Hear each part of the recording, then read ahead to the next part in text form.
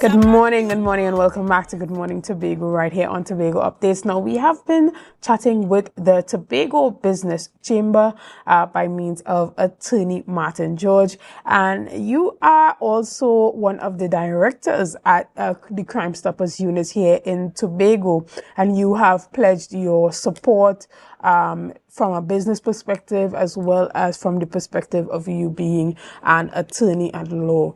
And so the thrust is towards reinvigorating that unit and getting everyone on board. Tell us a bit about that. All right, yeah, so we are going to be coming across to Tobago at the end of the month, the entire team from Crime Stoppers Trinidad and Tobago. All right, so I got all my fellow directors on board, so we are going to be coming across and we'll be there for the weekend. All right, we've already reached out to the chief secretary and he has pledged his support and commitment to the initiative. And we will be reaching out to the minority leader because we want this to span across all political divides. We want everybody to participate and be a part of this because crime affects all of us. Criminals are not concerned with which political party you support when they attack you, if you understand me. They attack across the board. So therefore, we want to ensure that everybody is part of it. We want the two Tobago MPs to be involved, to be part of it. And we want to ensure that everybody, understands the message and the importance and the value that Crime Stoppers provides, in the sense that when you think of it, we have provided a platform, right, through that 800 tips number, whereby you can actually call in and give information on crime and criminal activity anonymously. There's no call ID, there's no call tracing, there's no, callback system. So in other words, nobody will know who is calling. And when you do call in with useful and valuable information, you are assigned an ID number, which the Crime Stoppers would call your tip number. So then when you are calling back, you don't have to say, well, you give your name to say, well, look, I'm calling back about that. No, you just give the tip number, which Crime Stoppers assigned you. You just call out that number and they know which file it is, which matter it is that you're following up on.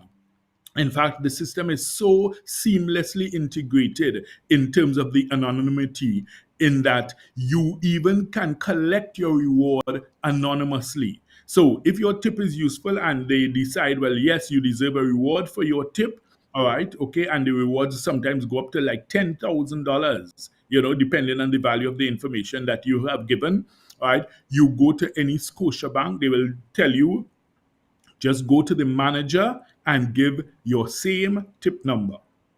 You just go to the manager, you just call out your tip number, and they hand you your reward. No questions asked, no ID needed. In fact, let me tell you, the system is so perfect. You yourself don't even have to go to collect the tip. So if you feel that, well, look, just in case, you don't want to go, you could send somebody, just tell them to tell the manager that tip number. And once the Crime Stoppers has approved that tip and they have notified the manager to expect someone coming with that tip number, you could send someone, a friend, a family member, whoever, send them in with that tip number. They just give that number to the manager and the reward is paid. No ID needed, no questions asked. So it is really, really a good system. And let me tell you, persons sometimes say, well, Tobago is small and stuff like that. So even for collecting your tip, we have in the past arranged for some Tobagonians to collect their tips collect their rewards in banks, in Scotia banks in Trinidad. So you could decide, well, look, I want to collect it at Scotia Bank in Tunapuna, or Scotiabank in Port of Spain. That's okay, that's fine. You just tell us which one works for you. We notify the manager once it is that you are eligible for a reward, and we give the manager your tip number, and you go in anytime and you just give them that number,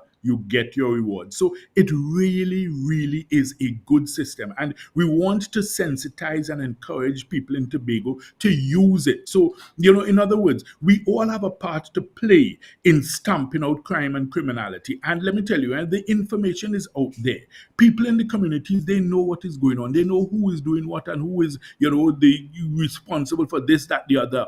So therefore, that information, once you get it to us, we will then pass it on to the authorities, so therefore they can act on it. So therefore, you don't have to say, well, look, you're afraid of going into a police station or talking to the police. That's okay. We act as an interface and an intermediary where you can forward the information through us. We then pass it on to the police authorities and they will then act on it. So they don't have a clue who provided the information. All they know, they got it from Crime Stoppers and they will then act on it.